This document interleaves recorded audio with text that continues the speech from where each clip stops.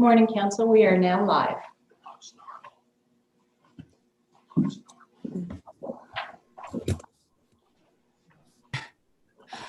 I was on mute. Good morning. Welcome to the February 4th, 2021 Algonquin Highlands Council meeting.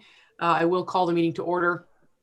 For those who may be watching the meeting, we are aware that there's a technical glitch at the moment. It's somewhere in the Zoom system, so I apologize that you can't see all of us, but you'll be able to hear all of us. And that should get us through the meeting. CAO Angie Bird is our clerk again today, and Councillor Dayu is on the telephone. So I will ask the clerk to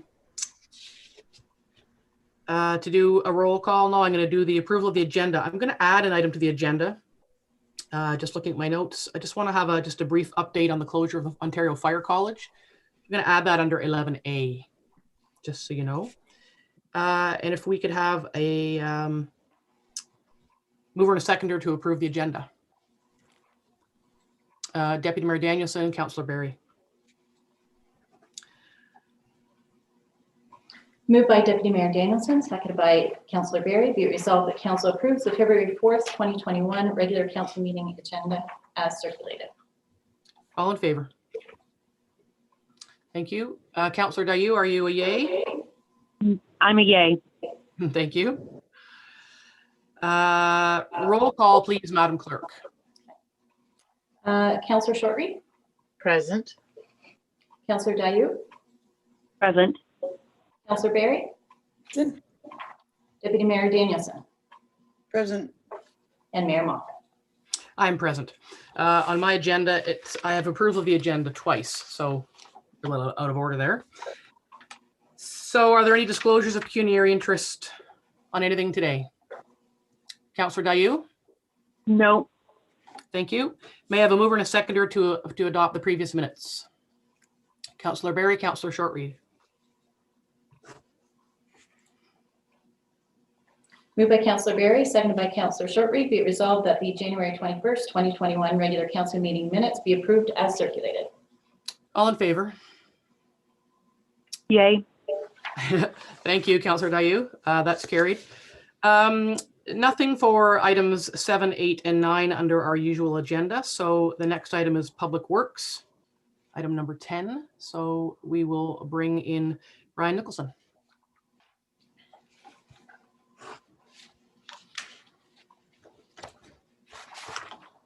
Good morning, Mr. Nicholson. Good morning. You have two items for us. One is the monthly activity report for December. Is there something or anything you'd like to highlight there for us?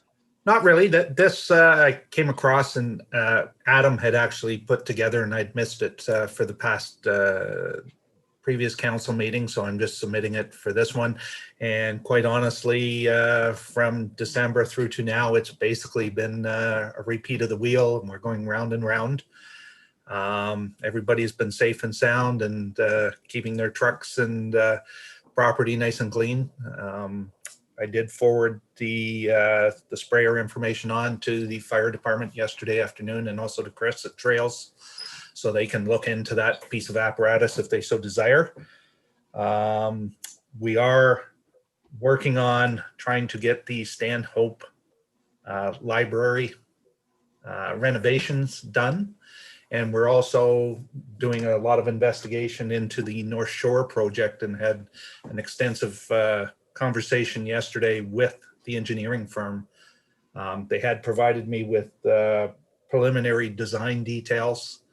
Quite honestly, wasn't real struck on it. So we're looking at some alternative methods of doing it and trying to reduce the costs as well. So just working on those projects. Good, I appreciate that. Does any member of council have any questions for Brian on what happened in December or what he's working on now? May I have a mover and a seconder to accept that report? Deputy Mayor Danielson, Councillor Shortreed. Moved by Deputy Mayor Danielson, seconded by Councillor Shortreed. Be it resolved that Council acknowledges receipt of Public Works Report PW 00321 regarding monthly activities submitted by Brian Nicholson and dated February 4th, 2021. All in favor? Yay. Thank you. That's carried. The second report coming out of Public Works is quite an exciting one, I think, around the organic waste diversion. And I believe Melissa Murray is going to be joining us, is she? Seeing as this is her report.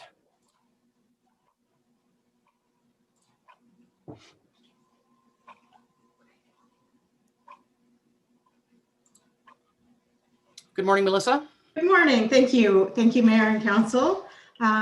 It's my pleasure to present this report to you. As Mayor Moffat said, this is quite exciting and quite exciting to me. And on that, if you're finding that I've lost my focus a little bit, please feel free to wave a hand and that sort of thing. There's a lot of moving parts in here, and I can get distracted a little bit. And I'm also in a new environment. This report is brought to you by the beautiful view at the Stanhope Airport. So thank you to Steve for accommodating me here and their wonderful internet. As outlined in the report, the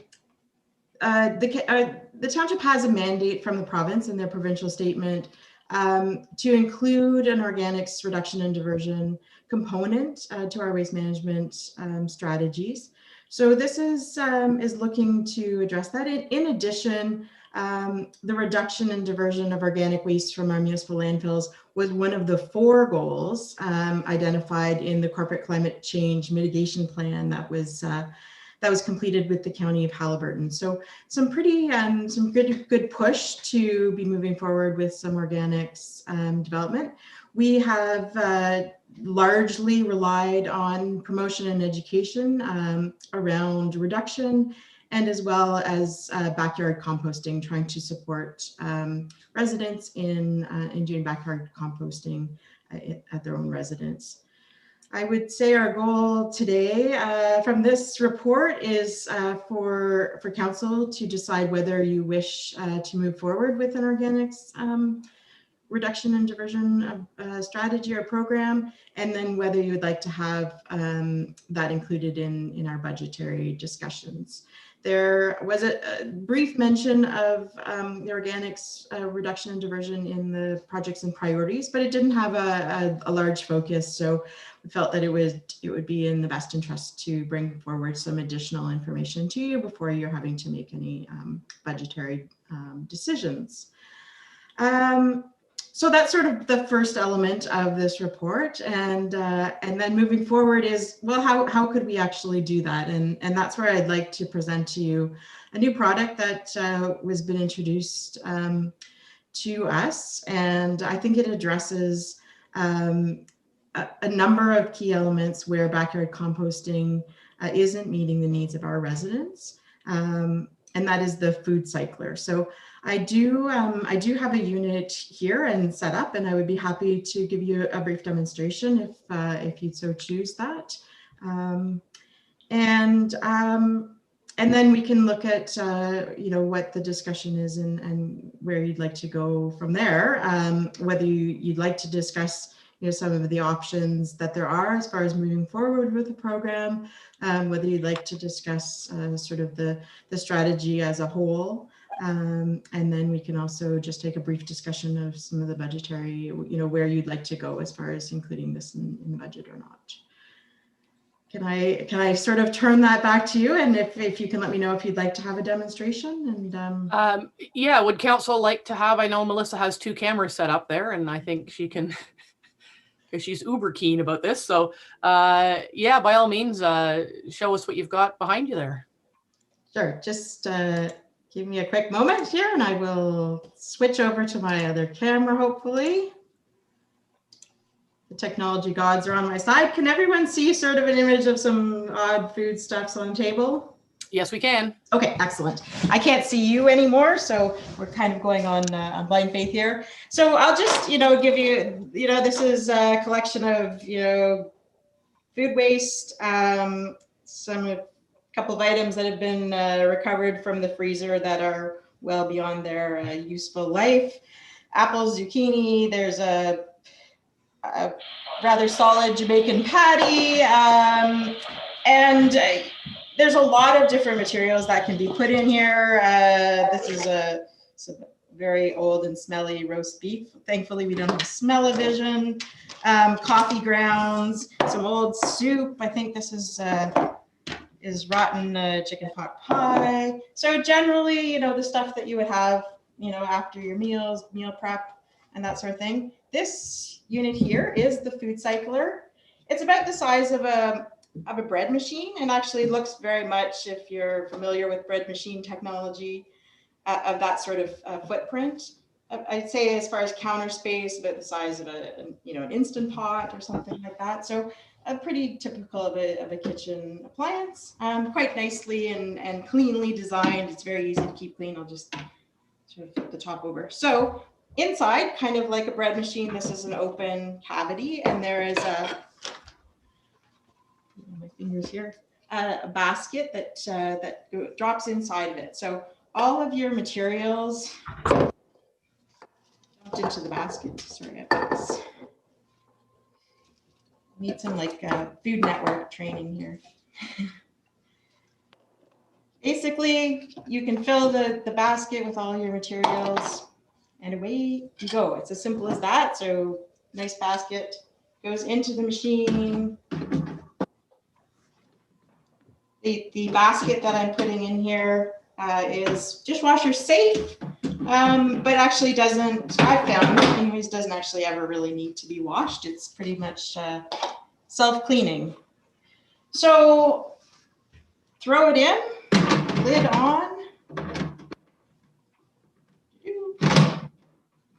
just locks, and then press of a button and it is off and running. So the unit takes 4 to 6 hours to run through its cycle.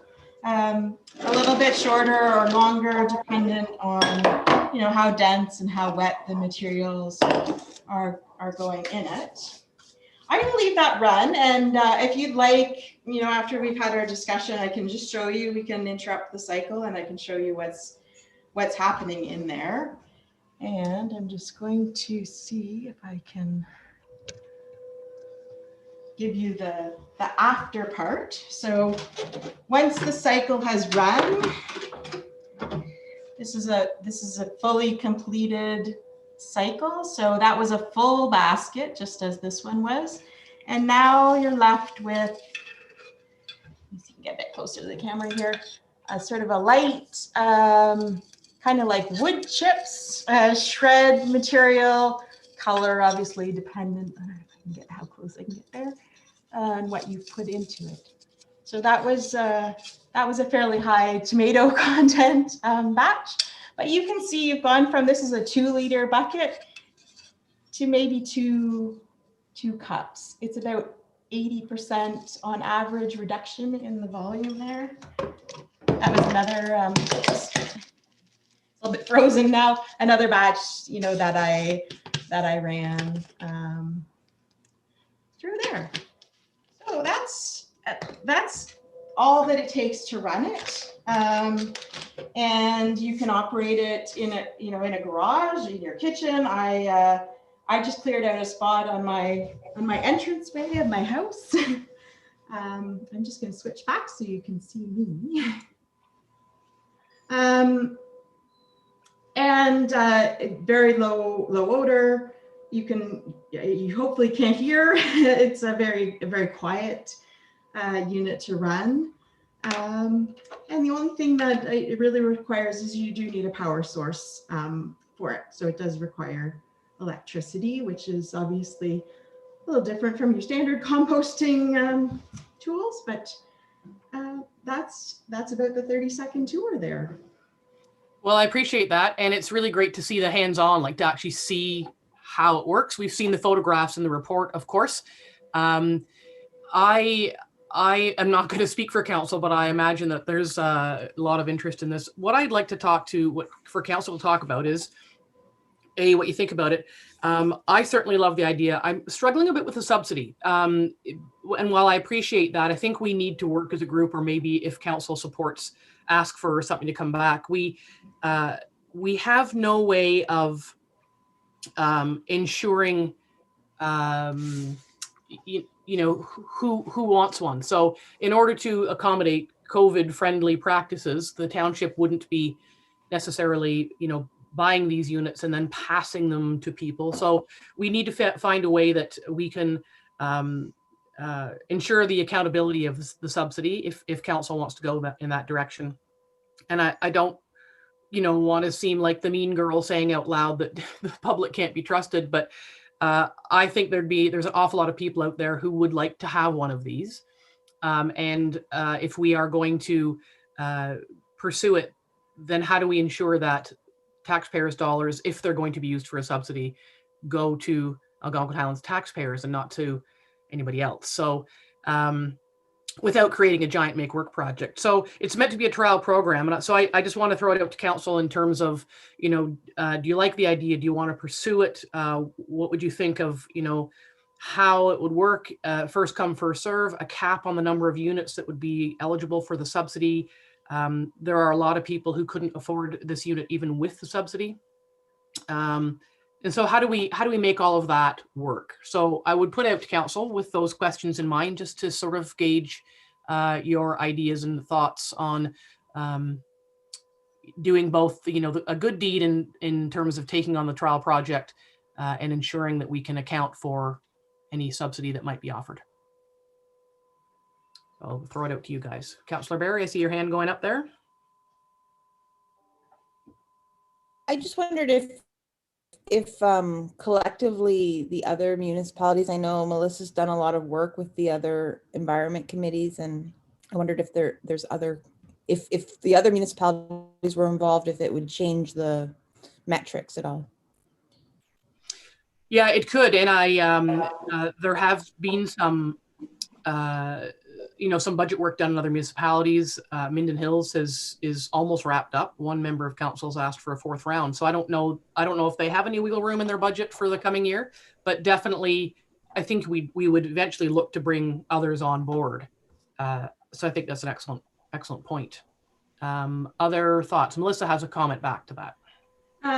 Just to let you know, we the waste group of the climate change planning groups did meet in December, and we actually discussed this initiative and whether the other townships would be interested in it as well. And there was definitely keen interest from there. And the company Food Cycler is absolutely keen if we want to scale up or change the project as we go. The initial stage of this, and Algonquin Highlands sort of taking the lead to try it out, is to generate interest and to generate discussion. I know, when I first sort of brought the idea forward, there was a bit of skepticism about it.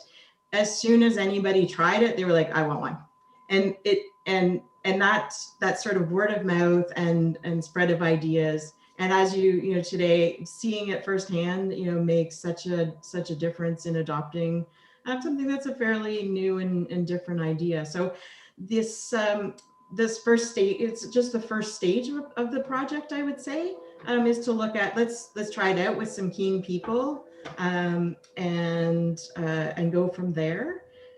Just if you don't mind, Madam Mayor, just addressing the subsidy, that's obviously something we can discuss, and there's lots of options, lots of different ways that could be structured, and it would be my intent to bring some of those options back to council. At this point, I was hoping just to have sort of whether you'd like the idea and whether you'd like to put some money for the project, and then look at exactly how you'd like to roll that out. So it could be a subsidy for a fewer number of people. It could be based on need.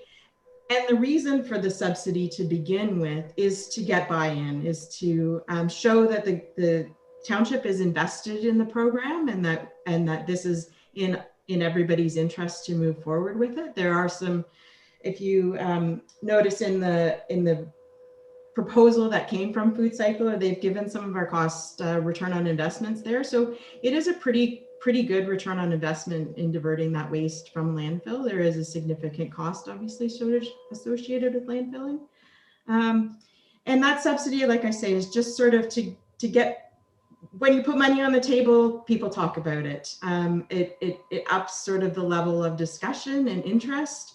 And like I say, shows that the township is not just offering a program, but is keen to support it and to show that it would move forward. And as I mentioned in the report, you know, if this is if it was council chooses to move forward and it turns out to be a success, then we could certainly look for opportunities to seek out some funding to cover some of those subsidy costs in the future, or to look at other options for helping residents to acquire these units. Okay, thank you for that. And there are some options listed in the proposal as well. Liz, I think you had your hand up, did you? I did. I had a question about, I know that years ago you did a program with organic waste barrels. And I'm wondering if how we ran that program then, if it was just getting everybody a better price by buying them in bulk, or did we offer any subsidy in the cost of them? I'm a little bit concerned. I see that that's a great incentive to get people to purchase one of these. And I think that it's a great program. I'd love to have one. And I'd like to see us somehow find a way through this. But to your point earlier, some people can't afford it. So we're giving a subsidy to some people and not to others. And despite the fact that it would reduce our overall costs in the landfill, I'm not sure if we can definitively show how the two are related. I'd like us to work on some more details about this. I'd like to be able to buy one, but I'd have to put it on my okay, what can I splurge my few extra dollars on this month? Maybe on one of these. Councillor Dayu, you're on the phone and I can't see your hand, but did you have? I'm sure you have something to weigh in on about this. So. Oh yeah, the hand is waving. That's for sure. I knew it. Melissa, this is incredible. I didn't think that there would ever be a silver bullet to the problem of composting in bear country, and you might have just found it. So bravo for all of this research and effort that has gone into coming up with a solution that may very well work for Algonquin Highlands, where so few other options have. I know there are a lot of people in Ward 3 who would love to compost but cannot tolerate the increased risk of bear activity, and they refuse to do it. And that includes some extremely environmentally conscious people who would really do anything to do the right thing. So I'm game for really trying this out. I think a pilot to start is an excellent way forward, and then we see from there. Now, I just have a comment on this subsidy. Subsidies, they're both effective and they're also impossible to control. And that's at every layer of government in any aid program. There's just no way that you can fully control what happens. There will always be a leak rate. So if we were considering subsidies, but we wanted to guarantee that no unit would be resold, and well, that, we can't. And I think the question becomes, to what degree can we tolerate the lack of control on that? And to what degree can we not? Monitoring and evaluation, it does pose a possibility. You can try to follow up, but that requires staff time. It gets incredibly clunky. It kind of kills the spirit of it as well in certain cases, and it might just reduce to nothing the return on investment that we're seeking by doing monitoring and evaluation. Community trust is probably the best way forward. That's where I would probably land my vote. But there's another possibility, which is if this is of value to Algonquin Highlands, we could look at a light study to try to ascertain the effectiveness of these units, and using a study is also a means of keeping a small eye on which units are still around, et cetera, et cetera. But on the whole, subsidies, we just can't control them. Having said all of that, I'm still very much in favor of exploring how we could create a subsidy program for this. I think it's Algonquin Highlands putting its money where its mouth is. Environmental concerns are right up there in our strategic vision. It's of great importance to us and to our identity up here. So I'm keen to give it a try and see if we can come up with a good format for that. Thank you for that. So yeah, I think we're all echoing the same concerns. As certainly a sincere interest and willingness to move ahead, but certainly need to organize some details.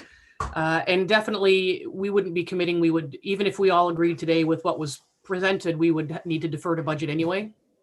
But the idea is, do we want it to move forward and come to budget is the question, and then what would that look like? So, I'm hearing. I see Julie's head nodding. Julie, do you weigh in on this at all? Yes, I love it. I want one. I do have a question though. The filters that they're for them, they're just obviously for the smell. And so how do you get them? Order them online yourself? Okay. Go ahead, Melissa.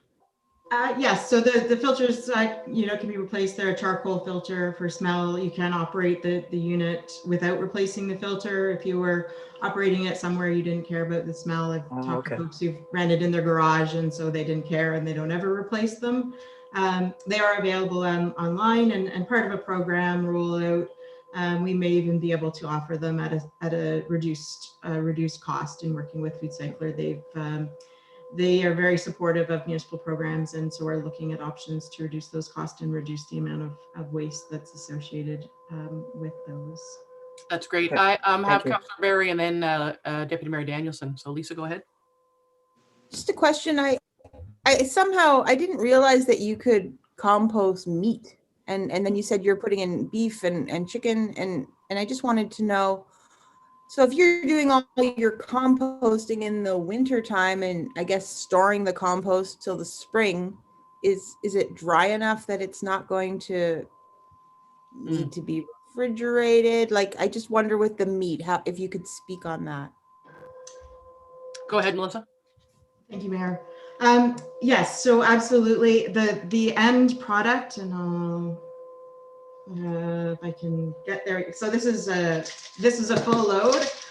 This included half a ham in it that was rotten. I've learned a lot about the amount of food waste that I have. Yeah, I'm a little concerned about all the rotten food you seem to have in your fridge, Melissa. We need to talk about that. I need to adopt a family or something. So I don't know if you can see, but it's just like it's like dry coffee grounds. It's very, very fine, and it is totally dry. So this jar weighs about 200 grams. Obviously much less than the peanut butter jar. The peanut butter that was in it. And this can be stored. Probably can be stored indefinitely. I would say no trouble at all because it's dehydrated. As soon as you take the moisture content out of organic material, it stops the decomposition process. So it's not going to rot, it's not going to mold, it's not going to gain any smell. So I've run recycles. I took an old an old Rubbermaid container, 6 liter, and I processed about 300 liters not 300. I ran about 15 cycles of the Food Cycler through, and I have 6 liters of this fine processed material. I know somebody who's been using one of these at home, and even in the winter, they just take this fine fluffy stuff and they throw it out in the snow in their garden. And by the time spring comes, they'll just mix it into their garden and have a great basis for starting their spring gardening. So it's a very inert product that you get out of it. And it's like I say, this was ham in it, and it's obviously ham is quite strongly smelled, and it doesn't smell like bacon or anything like that anymore. It really doesn't smell like anything at all. If anything, it's a pleasant sort of the smell you have in your kitchen after you cook dinner. That's great. Liz, you had a comment or a question? I was wondering about the cost of the filters and how often they might have to be replaced. If I may, Mayor? Yeah, sorry, go ahead. Yep. And I apologize, I don't have the cost off the top of my head. I think they're about $40. Replace every, it depends on how much you're using the unit, 3 months to a year, to not at all. So I'm trying to think, I think the cost for a year of filters is quoted about $70. So I've overquoted my cost of maybe more like 25. But Okay. not an issue to order them. And if that is something, if you're the person who wants to, reduce your smell as much as you possibly can, then you can, replace them more often. If that's not a concern, let them run a little bit longer. Yeah, I think because it would be a new thing that everybody would have to find their own comfort level with how they want to operate their own device. So I'm hearing support across the board for moving ahead with the idea. A little bit of hesitation around what the purchase process might be, including a subsidy. So would it be safe to say, Council, that given the generalized support, that we could ask Melissa to do a little more detailing on some of these points and bring it back? Yes. Yeah. Yes. I know Jen's a yes. I mean, I'm a yes. We just need the details. Deputy Mayor Danielson. And plus include it for consideration once we've got that information in our budget, right? Like put it in discussions. Yes. Yeah. And so that would, we'd need to look at it. The challenge is going to be, and we can talk about it if at the next time Melissa brings it back, is exactly as Councillor Dayu has said, and I'd mentioned at the beginning, is there are going to be a lot of people who will be interested in this, and we need to find a way to protect our taxpayers' dollars, so that if there is going to be any kind of subsidy, and if it is going to be on trust, admittedly that can be a challenge. No offense to the public. So how do we balance between getting as many of these units into the community at large for the greater benefit right across the board versus how we would manage to keep track for any subsidy based on our own taxpayers' dollars? So I think, Melissa, that's what you'd need to finalize. I fully appreciate that the COVID safe option in today's day and age is that there's an individual order right to the company and shipment directly to a resident's address. But again, we could lose track of that. So perhaps there's more discussion with the company on if someone needs to put their name and address in, more than just saying, I'm Carol and I live at this address and here's your money and send it to me, because we just need to make sure about that subsidy. So is that enough from council for Melissa to take away and bring back, or any further discussion on what that process might look like? I'm going to ask Jen Dayu first because I can't see her. So Jen, I know you've already spoken about the subsidy and the challenges there, but any further final thoughts on that? I do have one final question. It's more a question for confirmation, Melissa. In your PowerPoint presentation, I see commercial food waste recycling. My assumption is that you've evaluated that and feel that sticking one of those in each of our landfill sites is not an appropriate way forward for Algonquin Highlands. Go ahead. That's the first thing I thought when I saw them. Absolutely. So, Madam Mayor, if I may, we've looked at many options for composting at the actual landfill, and I did include in my report, if you're interested to read, Dysart actually took a pretty intensive look at the options available there and costing and that sort of thing. So some nice reference material provided from them. There's a lot of challenges with bringing that type of processing into a site. It may be something, down the road. The province is working on new regulation, and maybe smaller scale composting facilities may be an option. I think we just need to keep in mind the best option for waste management at any level of any material is reducing it at the source. So then there's no cost to bring it to a facility. There's no management cost. There's no infrastructure cost other than, in this case, the unit, obviously, for the homeowner. But it's a matter of scale and of economies as well. Mm-hmm. Thank you. Somebody else. Sorry, Jen, was that all right? I'm good. Thank you. Other hands, questions, comments? Lisa Berry.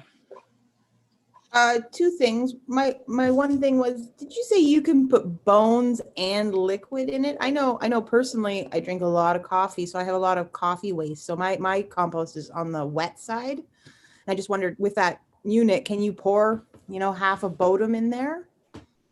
And can you also grind up bones? Go ahead, Melissa.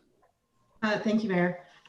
Yes, so bones, absolutely not your beef shank or something like that. Obviously, it's not strong enough. That's difficult to break with a chainsaw even. So, but chicken bones, your pork chop, that kind of thing, absolutely, no issue there.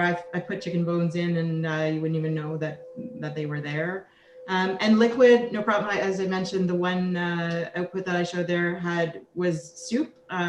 So it takes a little bit longer to process when there's a lot of liquid in it.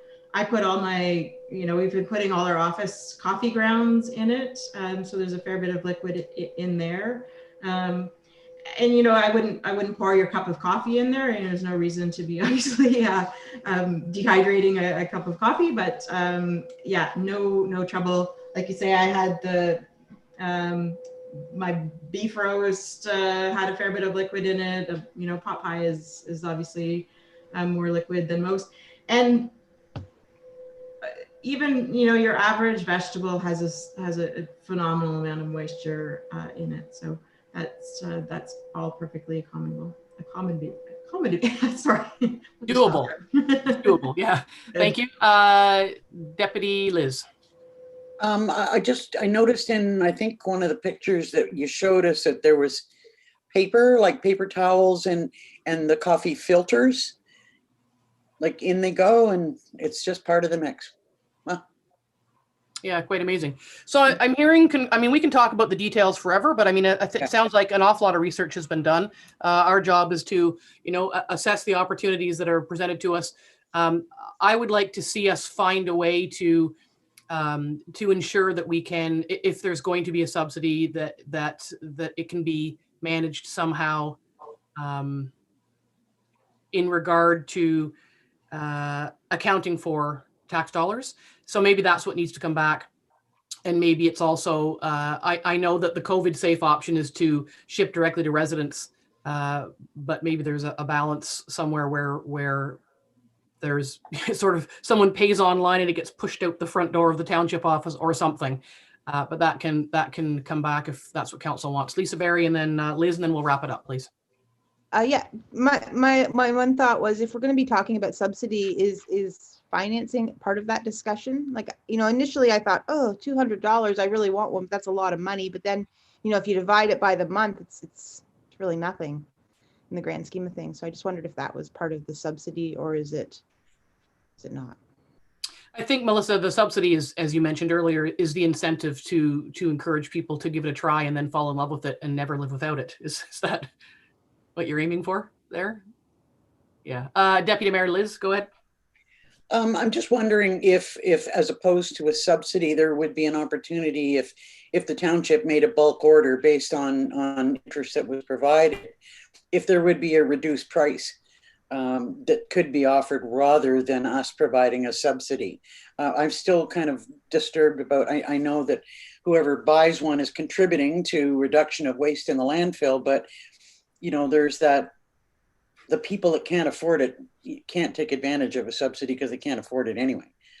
And some getting a subsidy and some it's not available to. So, I'm just kind of wondering about a discount based on a bulk order from the township. That kind of goes to the question I asked in the first place about the barrel program that we had years ago. I didn't hear, how that was run. So that was the, I think Angie and I are the only ones left who were around then. And I think it might have been, I'm not sure, it was before my time, but it was the big black plastic backyard composters. There's a lot of them still around. And again, the challenge is with not being really very good at your recycling, you can attract creatures. So there's a lot of them were broken by creatures. No, my question was, did we subsidize the purchase or did we buy a lot of them in bulk and get a reduced price? I think both. Angie, do you remember the details on that? I not totally, because that was probably about 25 years ago. But I do remember we bought in bulk because we kept them all down in the basement, and they were sold, I think, for $25 each. So I believe there was a subsidy involved in it. And that's where it might make more sense if we can get ourselves around the COVID safety option, is to find a way to manage it ourselves, and the subsidy is a different aspect of that conversation, because there is already a discount. It's their half price. So the 50, from $4.99, from $500 to $250. Yeah, that is a big discount. Yeah. And we're simply not going to get around the fact that there will be a large number of people who cannot afford that. So philosophically, do we support making these available to the public to do what we can do with the folks who can do it?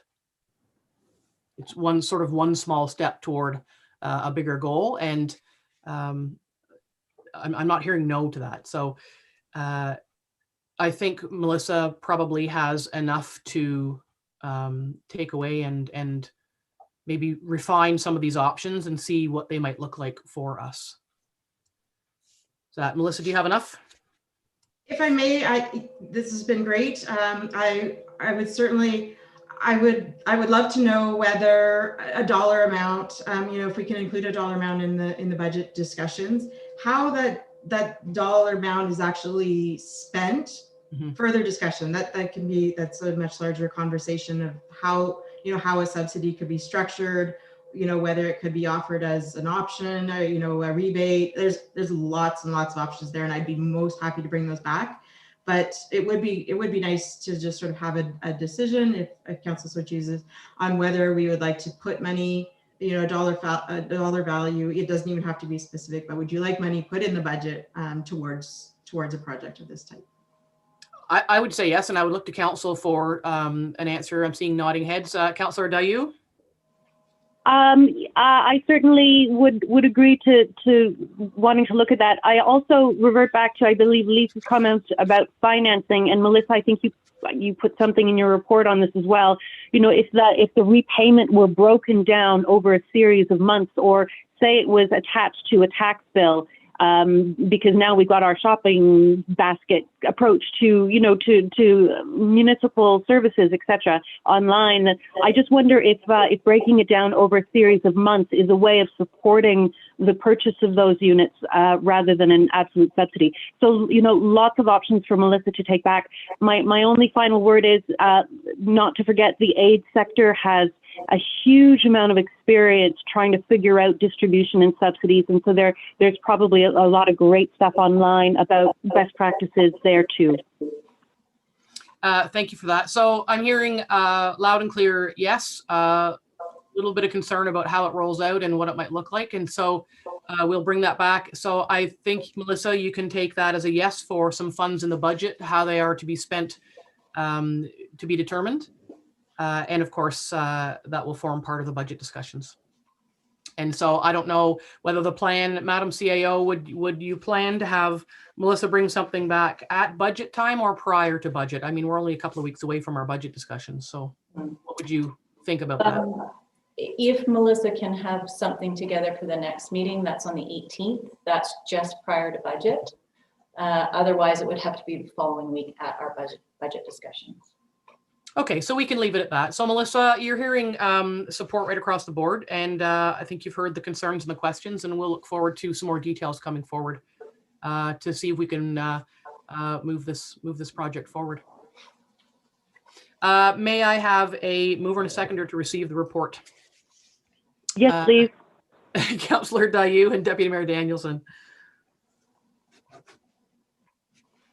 Moved by Councillor Dayu, seconded by Deputy Mayor Danielson. Be it resolved that Council acknowledges receipt of Public Works Report PW 00421 regarding household organic waste diversion submitted by Melissa Murray and dated February 4th, 2021, and that Council supports staff in the development of a household organic waste diversion program for the Township of Algonquin Highlands, and that Council hereby concurs with the recommendation of staff to include $7,000 for the consideration of the 2021 waste management budget to support a program to trial use of the food cycler in homes and township facilities, and that staff are directed to bring back a report to Council with additional information at a future meeting. All in favor of that? Aye. That is carried. Thank you, Melissa. And you have one more thing to say? Thank you so much, Mayor and Council, and your input on this has been very valued. Would you like to see how the unit is actually processing? Give us a quick look at what's happening in the little bin there. All right, I'm just taking the camera on a road trip here. Bear with me for 1 second.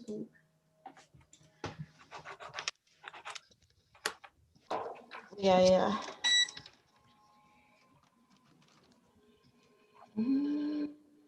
So you can see, whoops, I already reduced that was a full basket, already reduced rather significantly in volume. Wow. There we go. I dare say my little vegetable garden would like the outcome of that food cycler. Okay, thank you for that, Melissa. And thank you, Mayor and Councils.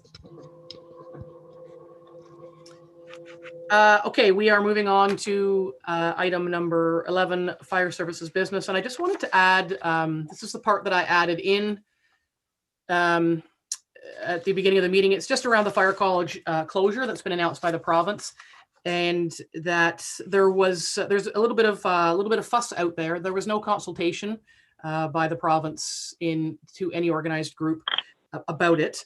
There's no question that online training for firefighters can be easily handled. There is concern about what the practical is going to look like, because there's two sides to fire training, and there's talk about it's kind of potentially downloading by stealth, because someone's going to have to pay for it. The province has suggested there's going to be some regional training centers, and then it came out recently that no, they're going to have 2 mobile units. What we're unsure of, I did email my colleagues, my other mayor colleagues in Haliburton County. I only heard back from Mayor Roberts. The concerns, I think, are there any concerns around liability, any delays in training and meeting the NFPA standards, safety of firefighters, and most importantly, our continued service to the public by fully trained fire personnel. This is kind of a stay tuned. Our current fire chief is on the screen with us. We do have a new chief coming in. We've spoken very briefly about this, and it's just a matter of, what I asked my mayoral colleagues is, should we be doing something? There are municipalities that are passing resolutions to petition the province to have done something differently or do something differently. So I don't know, Jonathan, if I don't know if you want to speak to that. The impacts are unknown, but there could be budgetary impacts at a time when we're just talking budgets, but they remain unknown. So whatever they get set up could end up coming back to bump us later in the year. So I just really wanted to have a heads up that it's on the radar and there is much conversation to be had. It could be a done deal. It might not be a done deal. So I see the fire chief is nodding. I didn't know, Jonathan, if you wanted to mention anything as chief. No, I think you've covered it very, very well. The only thing I have to add is tomorrow morning there is I will be on a conference call with our local chapter of the Ontario Fire Chiefs. And yeah, the concerns you're raising are the concerns that are going to be raised tomorrow, I'm sure. So I wouldn't be surprised if this gets pushed back also, based on past history when they try to push this type of thing forward. Yeah, and I do know that there are municipalities right now that are passing resolutions, and I would imagine that our correspondence listing will start to see those requests for support going forward. Right. To see how that plays out. So Thank you for that. And really, that was all. It's just a heads up for council that it's on the radar. I'm following it, and I'm sure our outgoing chief is, and I'm sure our incoming chief is as well. So stay tuned on that. And then the other thing is which we'll see in the bylaw, is we have hired a new fire chief. Chief Michael French will be joining us in next week, 2 weeks time. And so I think that means, Chief Wilker, this is your last meeting with us? I believe so. Mm-hmm. Well, I'd like to, I said it before, but I'll say it again. Thank you for the leadership you've been able to show us in this very difficult time. As I'd mentioned when you first let us know that you were going to take your leave, that you walked into right smack into COVID, and it's been a difficult time, and certainly respect your decision to put your family first. So thank you for everything you've brought to us, and fare thee well. Well, thank you very much. I appreciate those words. So that's all we have under fire business. So we'll thank the chief for his time and send him on his way. Next up is finance business. Is Jeannie coming in for this? Yeah.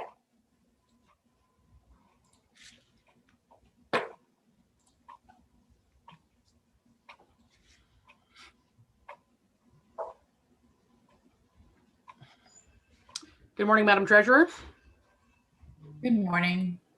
Just one report for you, our annual council and committee remuneration report. That's correct. I don't know if council has any questions or comments, thoughts for Jeannie on this. It's kind of a bit of a housekeeping. Councillor Dayu, of course I can't see your hand, so I don't know if you have any comments. It's just our annual. Nothing for me, thank you. Okay, then may I have a mover and a seconder to receive this report? Councillor Shortreed, Councillor Berry.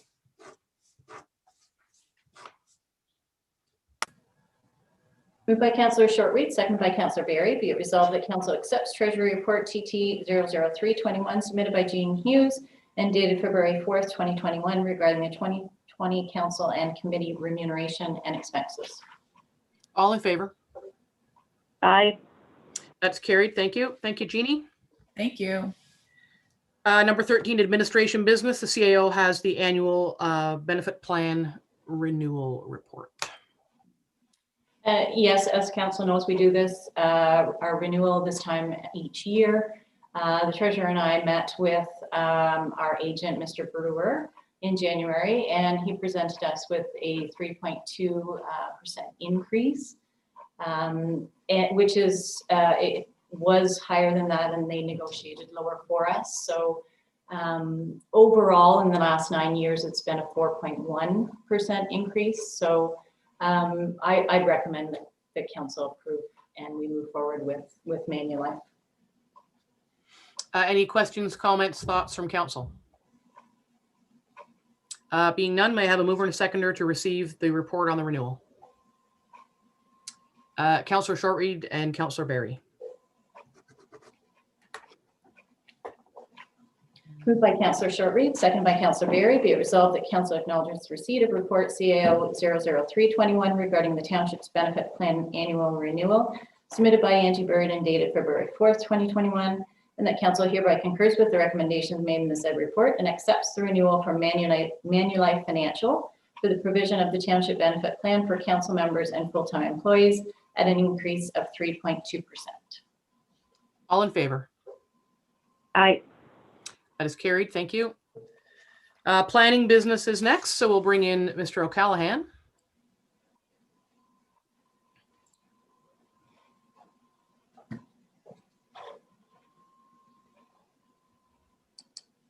Good morning, Mr. O'Callaghan. Good morning.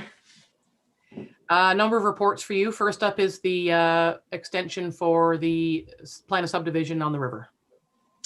Yes, so this is back before council for its 1-year extension request. I have been working with the applicant and there have been some delays, but we are nearing the finish line, just working out details with the subdivision agreement. So very hopeful that this will not be brought forward to council again, but I don't want to guarantee that. Yeah, that's fair enough. I mean, this has been in the works for a long, long time, and a project of this size, it takes some time. So any thoughts or objections from council on this extension? May I have a mover and a seconder to support it? Deputy Mayor Danielson, Councillor Shortreed. Moved by Deputy Mayor Danielson, seconded by Councillor Shortreed. Be it resolved that council acknowledges receipt of planning report PL 00921.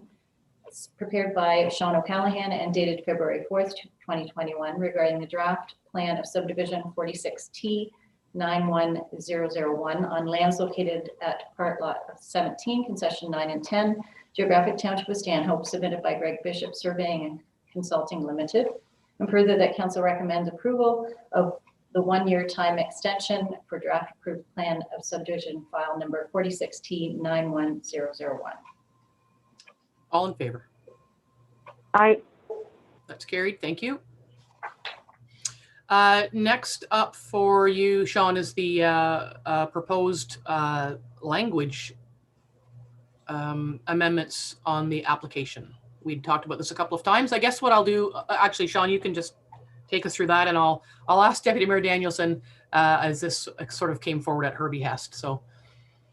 Yes, so at our previous meeting and meetings before that, there had been some questions around the wording in the application for shore road closures, and making sure that applicants are fully aware that by closing a shore road allowance in no way guarantees approval of a minor variance or zoning bylaw amendment should one be required. So based on the comments I've heard, I tried to revise that application, and I'm presenting that today to council for more comment. I would put that to you, Liz, as you're the one that wanted this to come forward. So does that satisfy what you've been looking for?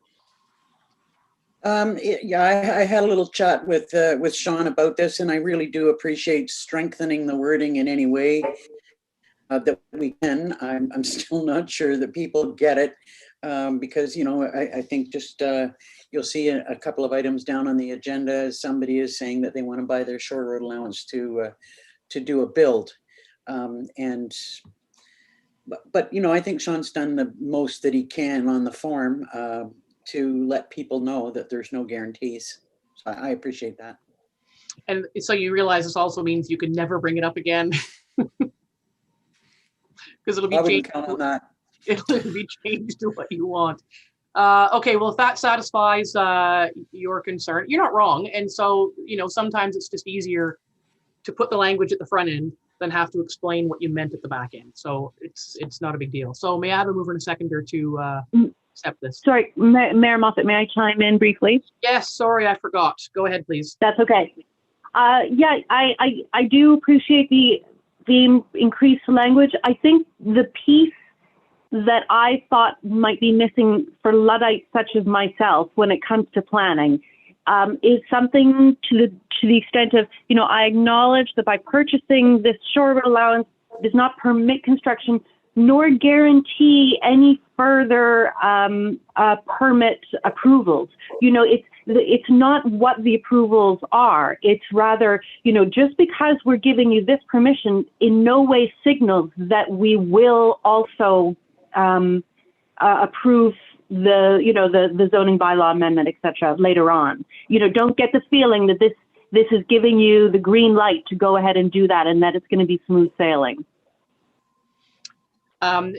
Yes, and I believe Sean has said that he also verbally makes it very clear to folks. And I think one of the things we need to remember is we haven't received an avalanche of complaints from people who have purchased their shore road and then gone to the committee and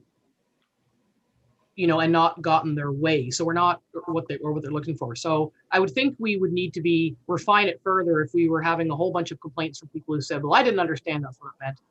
It appears that this will just tighten that language a bit, hopefully enough to move it along. I just feel like the more we talk about it, the more we're micromanaging a process that doesn't need micromanaging. So if we're okay with changes that are there, and Sean's, verbal acknowledgement that he does explain to people that there's no guarantee, then we should be okay. Would you concur with that, Councillor Dayu? Yeah, I mean, I'm happy to go with the flow on that. Okay, then may I have a mover and a seconder to authorize that amendment to that process? Councillor Shortreed, Deputy Mayor Danielson. Moved by Councillor Shortreed, seconded by Deputy Mayor Danielson. Be it resolved that Council acknowledges receipt of planning report PL 1021 prepared by Sean O'Callaghan and dated February 4th, 2021 regarding the original Shore Road Allowance application proposed amendments, and further that Council approves the proposed changes. All in favor? Aye. That's carried. Thank you. And speaking of Shore Road closings, we now have a couple coming forward, and the first one is for Hicks on Boshkung Lake.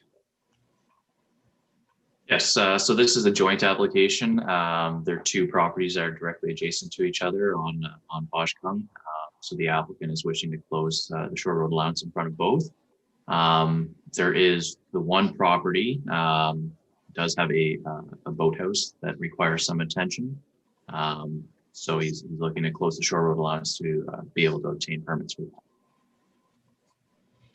that. Fair enough. Any questions, comments, concerns from council? May I have a mover and a seconder, please? Deputy Mayor Danielson, Councillor Barry.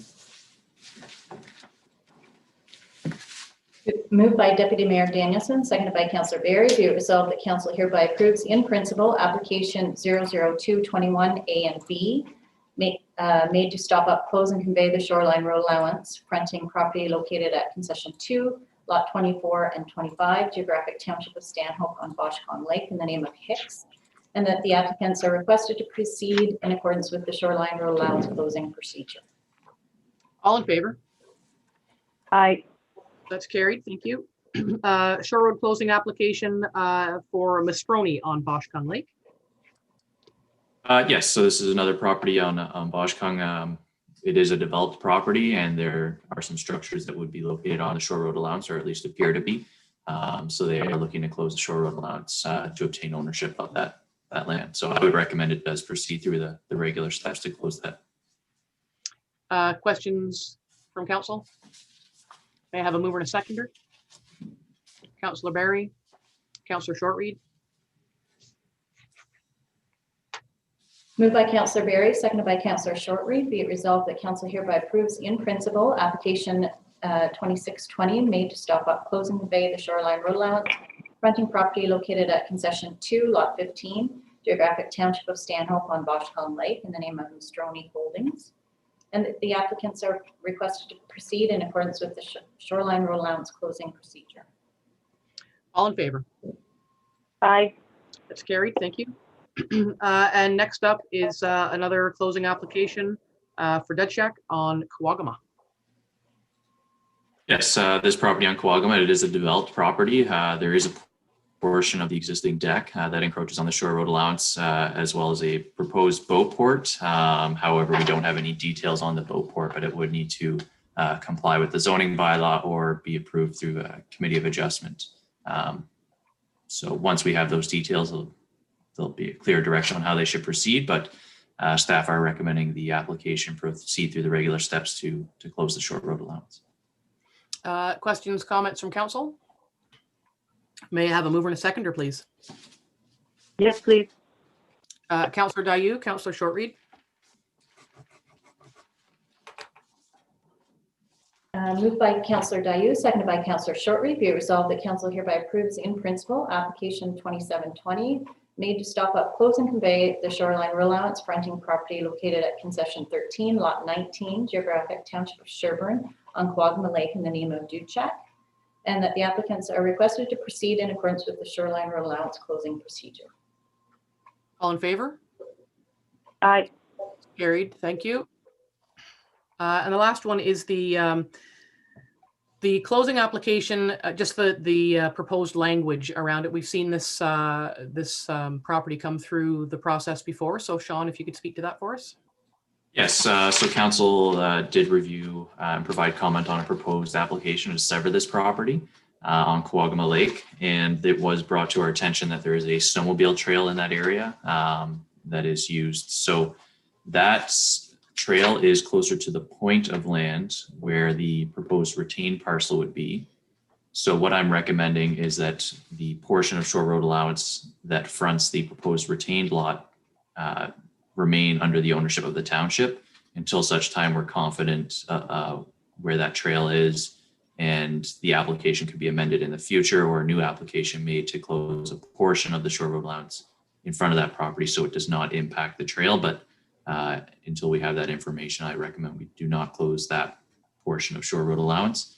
The proposed shore road allowance in front of the proposed severed lots, I think we would be okay to close, and would recommend that they proceed through the regular steps to close that portion of shore road allowance at this time. Thoughts from council? Any concerns about? Yes, please. Yes, go ahead, Councillor Dayu. On behalf of the numerous snowmobilers who do use that space to get to their cottages in the wintertime, I'd just like to extend my thanks. Sean, you've taken a lot of effort to make sure that is not impinged, and folks are really grateful up here. So thanks very much for doing that and keeping a good eye on it. Well, there you go. Thank you for that. And I think that concludes planning business. So we'll thank Mr. O'Callaghan for his time. Councillor Deputy Mayor Danielson.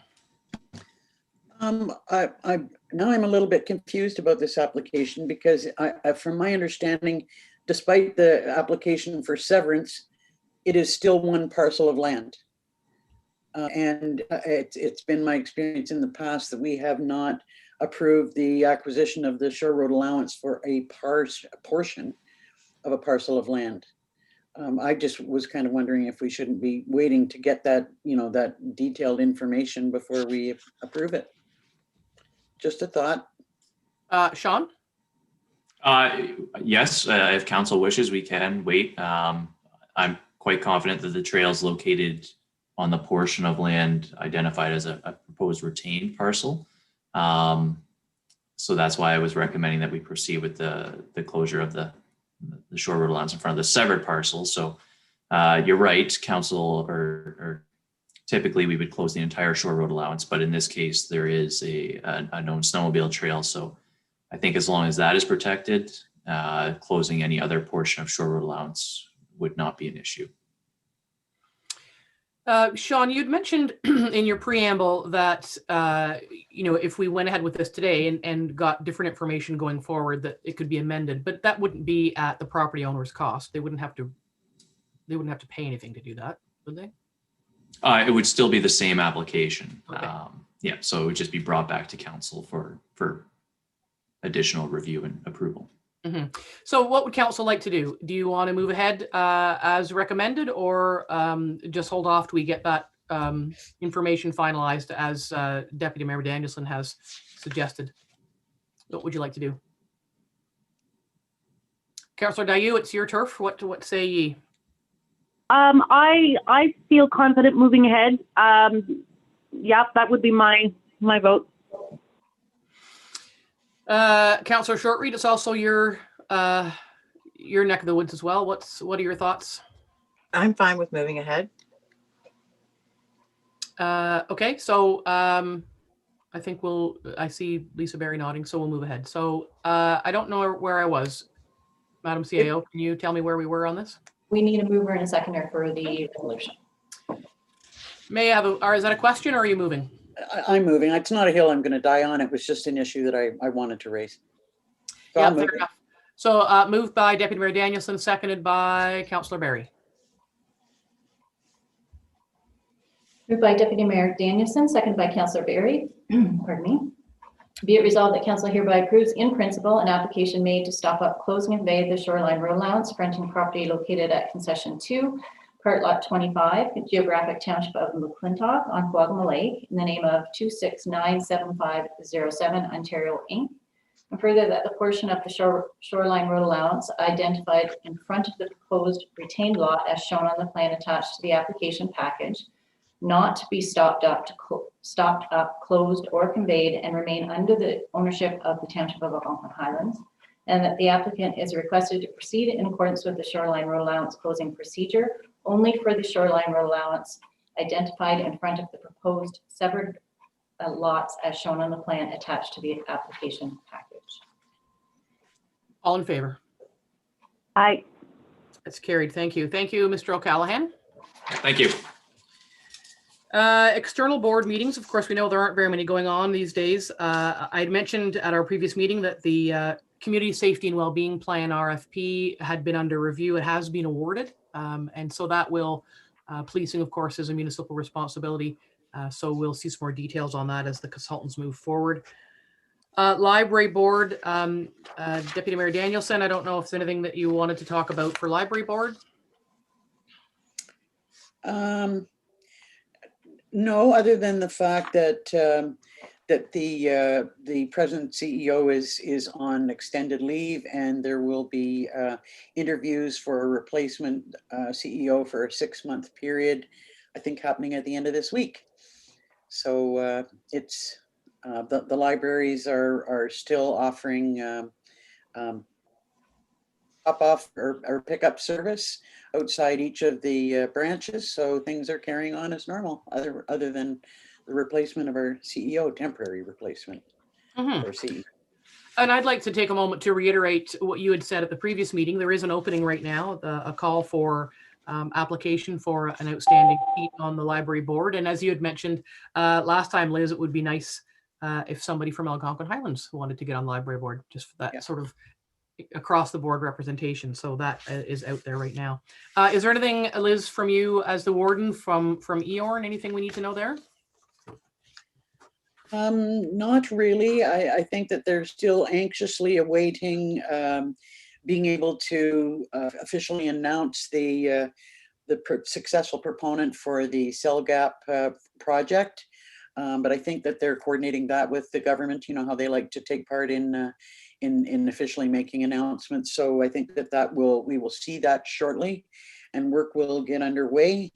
There's still a few glitches with negotiations on the proposed gig project, but if EORN isn't successful with that, they're prepared to go to sort of a plan B for a 50-10 delivery of service in rural Ontario. So, you know, it's a slow and very difficult process, and you know, I just look forward to seeing some action. Although I have been assured that there will be boots on the ground this spring. Excellent, good news. Any questions from council of the warden on the EORN project? I think I forget to ask that every time.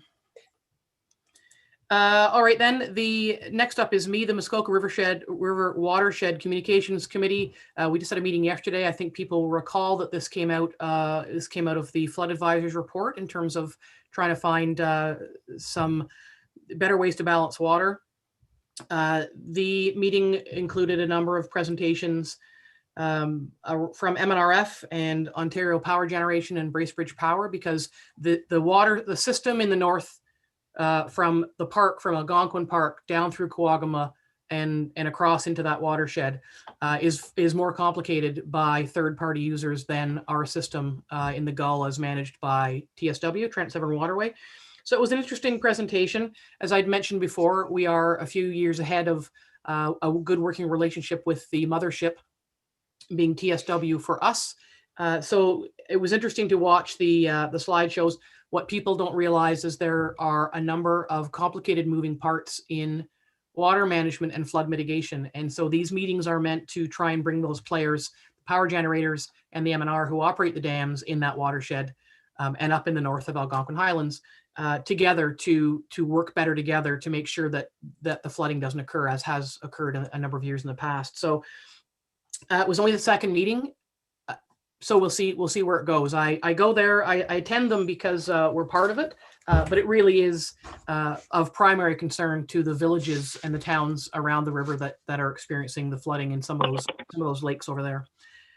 So anyway, we'll just keep attentive to that and see if there's any alignment with MNRF and MOE, which is not MOE anymore, MECP, to move some projects forward that will be in our collective best interest. Any questions on the complexities of water management? Okay, there's no general business correspondence. There is, is anything coming forward, Madam Clerk? Yes, I do have a resolution here regarding, there was Deputy Mayor Danielson asked it to come forward regarding from Township of South Stormont regarding the small businesses. And is that, Liz, do you want to speak to that? Because you rescinded last time because it wasn't worded how you thought you felt it should be for us. So go ahead, please. I've had a couple of conversations about this, and you know, I still feel strongly that we should be supporting what I guess I would call storefront or retail, small retail businesses. I've got a problem with this big stores being open and little guys not being able to. And I know that it created I didn't fit through enough last time because it created a conflict for Councillor Dayu at the time. And I really do still see a complete difference between lodging and retail business. You know, lodging is more in tune to gathering of people, where, you know, if a store can control, if a big store can control people, I'm pretty sure that our small stores can limit the number of people that are going in, can manage and control their traffic and contact, all that sort of stuff. So I asked Don to prepare a resolution that was specific to retail businesses. Okay, and Angie, has it been seconded, or do we need to look for a seconder on that? We need a seconder. Okay, could you read the resolution? Actually, I guess I need read the resolution first and see who wants to second it. Be it resolved that council receives resolution number 17, 2021 from the Township of South Stormont requesting that the Province of Ontario allow for small businesses to immediately reopen, and that council requests the Province of Ontario to allow for small retail businesses to immediately reopen for the required health guide with the required health guidelines and protocols in place. And further, that this resolution be sent to the Premier of Ontario, the Minister of Municipal Affairs and Housing, and MPP Laurie Scott. Is there yes, Liz, go ahead. I'm just wondering if we need to include the reference to South Stormont. I'm just thinking that might confuse you because their wording is you know, small business as opposed to small retail. That we should be able to send in our own resolution without referring to them. Should we not? Or do you think that matters? That's true, because it's not the same. I mean, their resolution and let's be honest, the public hue and cry around the inequity of the big box stores and the small businesses, you're absolutely correct. I think we all are angst ridden by that. And so, no, we don't have to, we can have our own resolution. Can we not, Madam Clerk? Are you able to strike that out? It feels funny calling you Madam Clerk. Yes, I can strike it out, and so it would be resolved that council requests. Yeah, let's just be the second paragraph. Yeah, that's fair enough. Okay, may I have a seconder for that? Councillor Shortreed. Does anybody want to have any discussion about that, about the challenges we're having with direction? Councillor Barry. You're on mute. I just wondered, is it worth adding the health unit into the into the people? Just, you know, they were sort of given the go ahead to allow schools to reopen. And that's kind of where I sit, is if our community is safe enough to allow kids to go back to school, then I think, you know, some small retail businesses should be allowed to do the same. How does council feel about that? Liz, you're the mover. Do you want to include that? I don't disagree with that thinking. I'm just wondering about the province's approach. I mean, we've seen that there are inequities or I don't know what you want to call them, but the health units across the province are dealing with things differently. So to include the health unit in our resolution might also confuse things, because it's what we do here is not what they do in Muskoka, and you know, that's a problem. But I do see what you're saying. To me, that's just rationale for us to, you know, send a resolution like this. Sure. Okay, so we'll. Do I have a seconder? I have a seconder. Yes. Okay, you've heard the resolution. Then all in favor as is. Aye. That is carried. Great. Thank you. Thank you.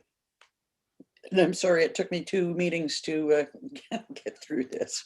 You know, you're not wrong. I mean, in this sort of befuddling time, we need to make sure that we have a little chat to get things right. I've been involved in some challenges in our community around differing directions and recommendations between different ministries for certain businesses, and I've had a conference call with OPP commanders from 2 detachments and health unit trying to sort it out. Because there remains an inequity. So stay home, but trails are open, but don't travel outside your area, but trails are open and rinks are open, but ski hills aren't open. So there's a lot of confusion and a lot of frayed tempers in the community around exactly what can and can't be open, what should and shouldn't be open. So I think it's in our best interest to say something and be attentive to, you know, the frustration that's out there for sure. I need a mover and a seconder to receive the correspondence report. Yes, Councillor please. Barry and Councillor Dayu. Sorry, I didn't catch the mover. Councillor Barry and Councillor Dayu. Moved by Councillor Barry, seconded by Councillor Dayu. Be it resolved that council receives the correspondence listing for the period of January 12th, 2020 to January 28th, 2021 for information. All in favor? Aye. That is carried. Thank you. We are moving into closed session. May I have a mover and a seconder to go into closed session? Councillor Shortreed, Councillor Barry. Moved by Councillor Shortreed, seconded by Councillor Barry. Be it resolved that council hereby adjourns its open session at 10:25 a.m. in order to proceed into closed session to discuss a position, plan, procedure, criteria, or instruction to be applied to any negotiations carried on or to be carried on by or on behalf of the municipality in accordance with Section 239(2)(k) of the Municipal Act 2001 SO 2001 as amended regarding the operations manager recruitment. All in favor? Aye. Carried. Thank you.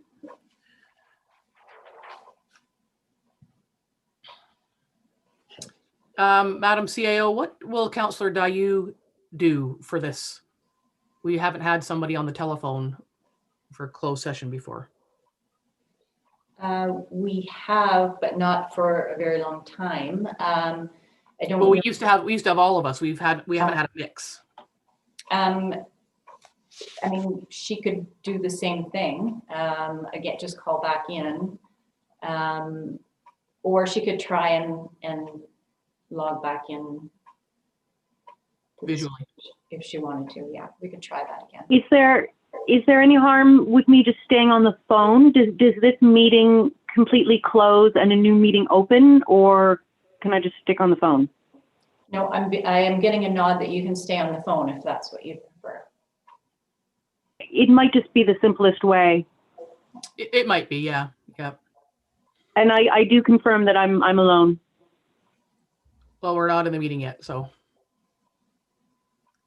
we'll just hang on to that for a second. Okay. And just a reminder, council, that you have to go on mute and turn your cameras off.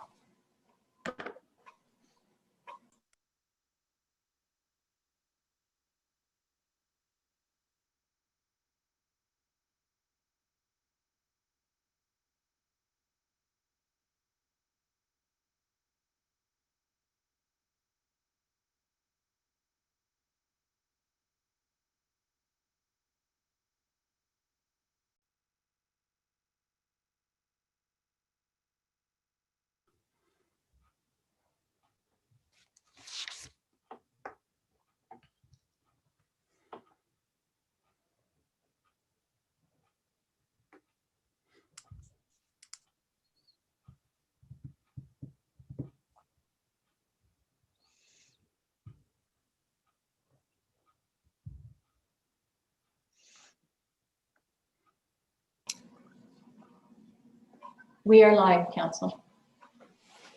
Thank you. Welcome back. I don't believe, oh, there we have Councillor Shortreed has joined us. And Councillor Dayu, you're there as well? I'm here. Thank you. May I have a resolution to resume the open meeting? Councillor Barry, Deputy Mayor Danielson.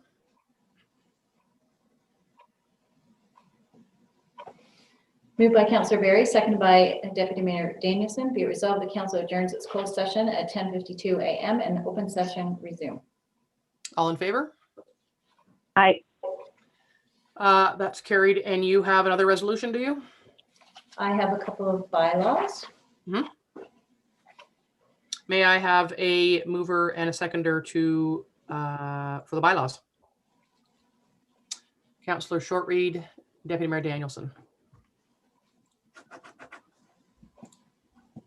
Moved by Councillor Shortreed, seconded by Deputy Mayor Danielson. Be it resolved that bylaw 2021-11, being a bylaw to appoint a fire chief CEMC, be received and read a first time, considered, read a second and third time, and finally passed with the corporate seal affixed. All in favor? Aye. That's carried. Thank you. May I have a mover and a seconder for the confirmatory bylaw? Yes, please. Councillor Dayu, Councillor Shortreed.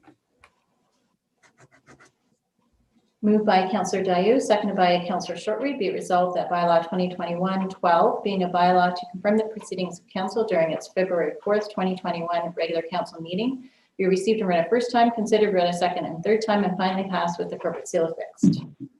All in favor? Aye. It's carried. Thank you. And we have, excuse me, a mover and a seconder to adjourn today's meeting. Councillor Shortreed, Councillor Barry. Moved by Councillor Shortreed, seconded by Councillor Barry. Be it resolved that the February 4th, 2021 regular council meeting is hereby adjourned at 10:54 a.m. All in favor? Aye. We are adjourned. Thank you very much, everybody. See ya.